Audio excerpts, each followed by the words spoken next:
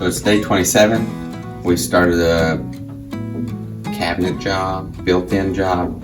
So it's 2 big shelves. We've got the shelves here.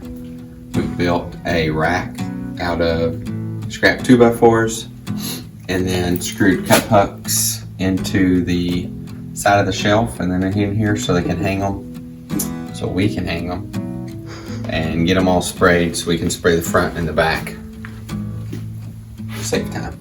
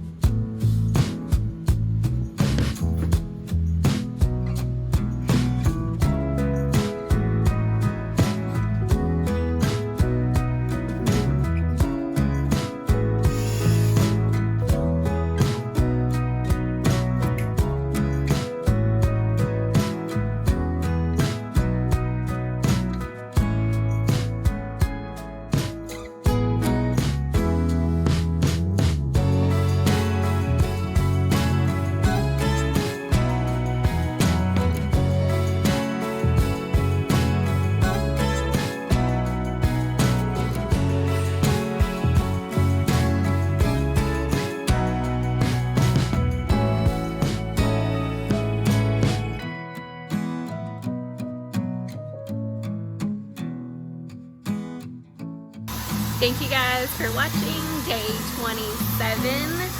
Hope you enjoyed the start of another project.